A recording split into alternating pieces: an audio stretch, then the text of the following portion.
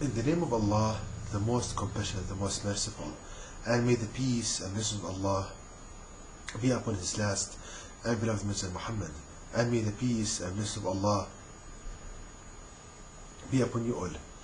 The title of this topic is Pondering upon the first verse of the Noble Quran.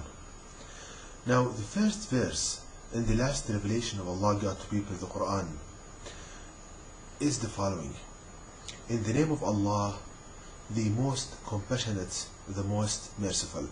So the first verse in the last revelation of Allah God to people reads, in the name of Allah God, the most compassionate, the most merciful. Now if we ponder upon this, we see that Allah God Almighty links the quality of mercy to His name. The name of God is Allah.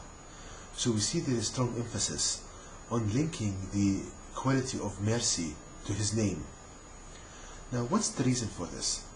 If we ponder upon this, what's the reason that Allah God Almighty links the quality of mercy to His name? By far the most quality that's linked to the name of Allah God Almighty is mercy. Who knows the answer for this? Who knows it? Now the reason that the majority of people, they don't know the answer for this is that because they don't ponder upon the Noble Quran. They just merely recite the verses. But the way, brothers and sisters, to understand the Noble Quran is to ponder upon the verses and not just merely reciting them. So, what is the reason that Allah Almighty links the quality of mercy to His name? Now, the best explanatory book for the Quran is the Quran itself. The best book that explains the Quran is the Quran itself, by linking the verses together. So, to understand why Allah links the quality of mercy to His name, we need to ponder upon chapter 40 of the Quran, verse 7, where the angels, they describe Allah God with the following words: you encompassed everything in mercy and knowledge. So the angels, they describe Allah God Almighty that He encompassed everything in mercy and knowledge. Now if we think about this, why did the angels say that Allah encompassed everything in mercy and knowledge? We see that they put the word mercy before knowledge. What does this mean? This means that the mercy of Allah God Almighty preceded His knowledge. Let me explain this by giving 20 examples. When Allah God Almighty decided to create the human body, now the mercy of Allah requires that the framework, which is the bones of the human body, the framework, the skeletal system, should be as light as possible, such that there is no fatigue during movement. This is the mercy requirement. Now comes the knowledge of Allah God Almighty to show this mercy requirement in the fact that He created human bones from a ceramic material, and the ceramic material has the characteristic of being lightweight, having a light weight, and stiff and strong. So we see first mercy, then this mercy materializes to a created object. So we see that Allah God Almighty, the most merciful, the most compassionate, the most merciful.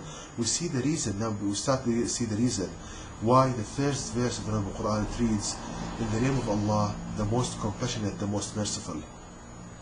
So first the requirements of mercy, then the knowledge of Allah God Almighty comes to show, to materialize these requirements and these specifications into created objects.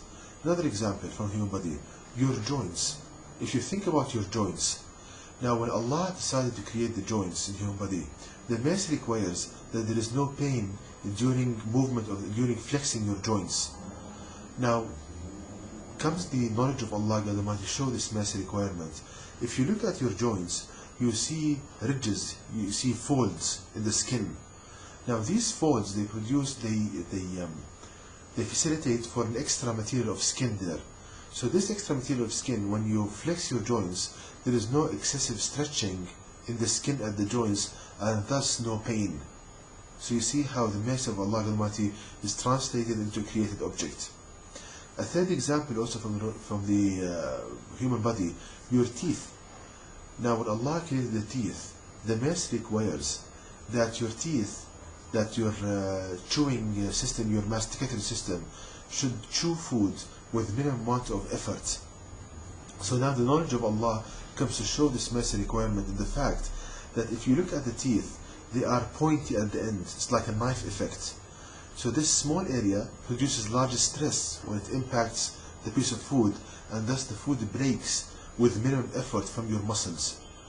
So you see how the knowledge of Allah, the mercy of Allah is translated into a created object. So now we see why Allah says about himself that he is the most compassionate, the most merciful. Now, this mercy is not only in created objects, but also Allah shows mercy upon people of all the earth. How is this so? I will demonstrate this by giving 3 examples of the mercy of Allah God Almighty on Christians, Jews, and Hindus. Now, starting with the Christians, Allah addresses them in the Noble Quran. Allah wants guidance for them.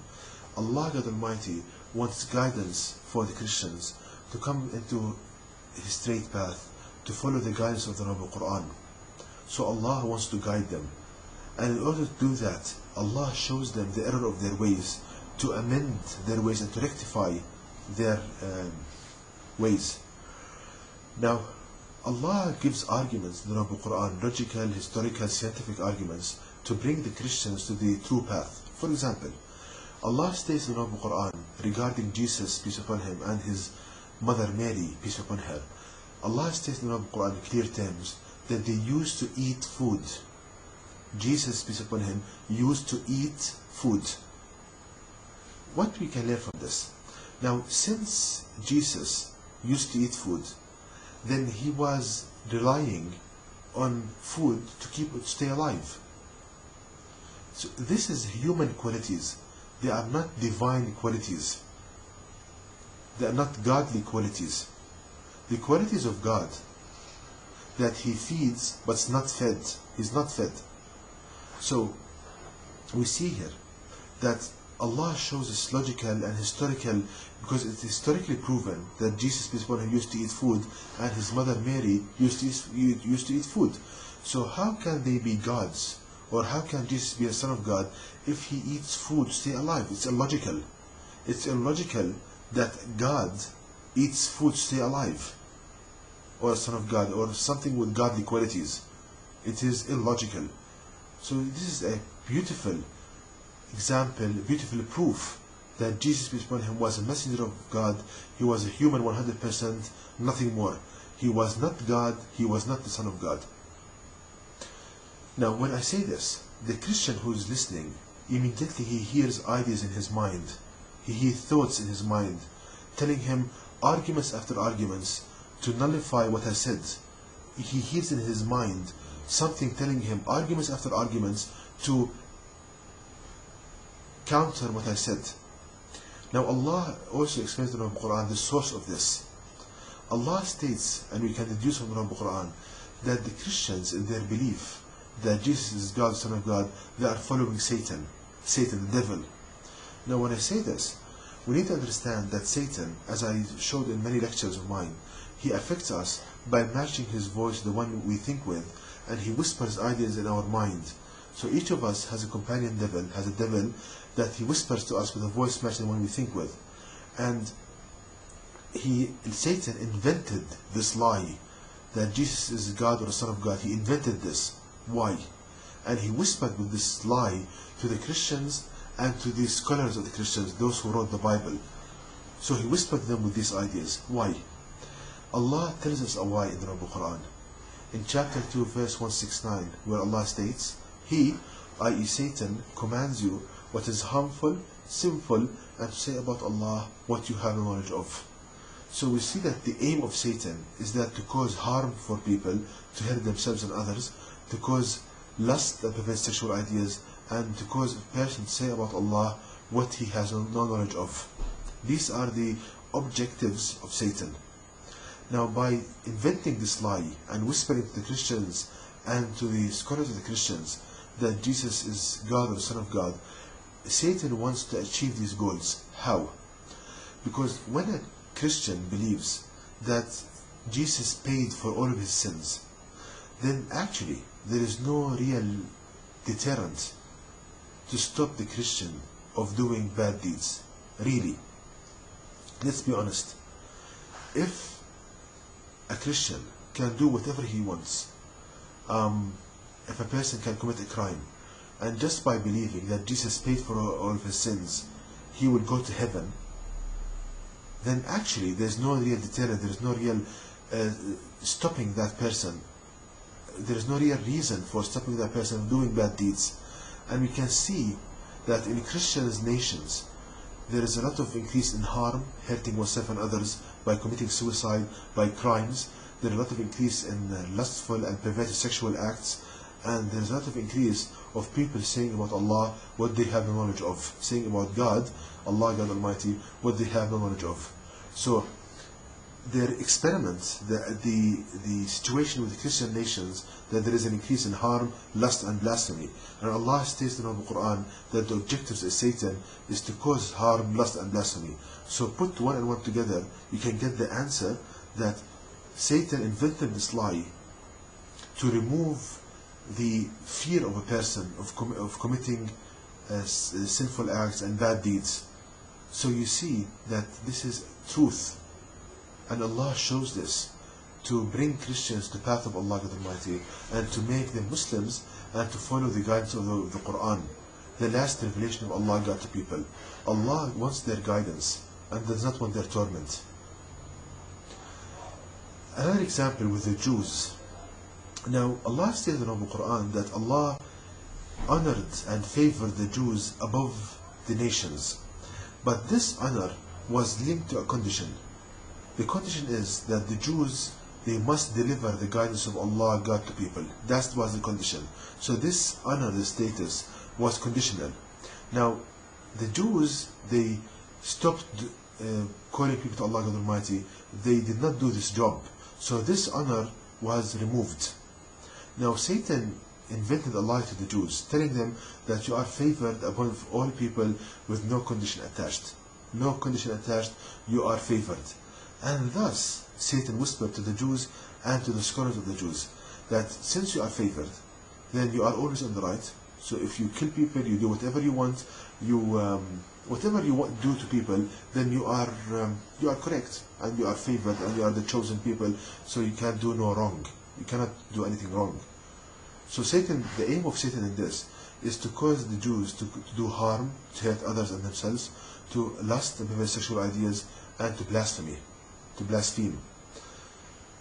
So you see, again, the aim, Allah wants guidance for people. The aim here is not to hurt anybody. The aim here is that if you see something on somebody on the wrong path, you show him the error of his ways to rectify himself. Now with the Hindus, also with the Hindus, Allah states, we can learn from the Quran, that the reason that people, they worship men and statues and so forth is because of Satan. How? Satan whispered to the Hindus and to the scholars of the Hindus, telling them this lie, that the Creator is found in every living object. Physically, part of the Creator is found in every living object. So He can be in humankind, animal kind, stones, everything. And the aim of Satan is this. For example, when a Hindu spends his life taking care of rats, so he wastes his time, he commits and he wastes his time, his money, his effort, in caring about rats, in diseases, bacterial infections and so forth. So you see that the aim of Satan in this is to cause harm to a person, and to waste his time, and to bring him pain and despair in this life and hereafter. So we see that Allah the Almighty is the most merciful, and as I said, Allah shows this out of mercy unto people. Because let me give an example. If you have a son, and your son is doing something wrong, and you have extra knowledge, you have more knowledge than him, so your duty, and out of mercy, you show him the error of his ways, for him to rectify himself. And Allah shows this so that people will be guided to the Noble Quran and realize that Allah is the one and only God. is the true God, and the Quran is the last revelation of Allah God to people. And we need, brothers and sisters, as Muslims and believers, we need to show people this and to call people to the path of the most merciful. And to know more details about this topic, please visit my website at www.quran-miracle.com, and you can email me at zaidquran@yahoo.com, and may the peace and blessings of Allah be upon you all.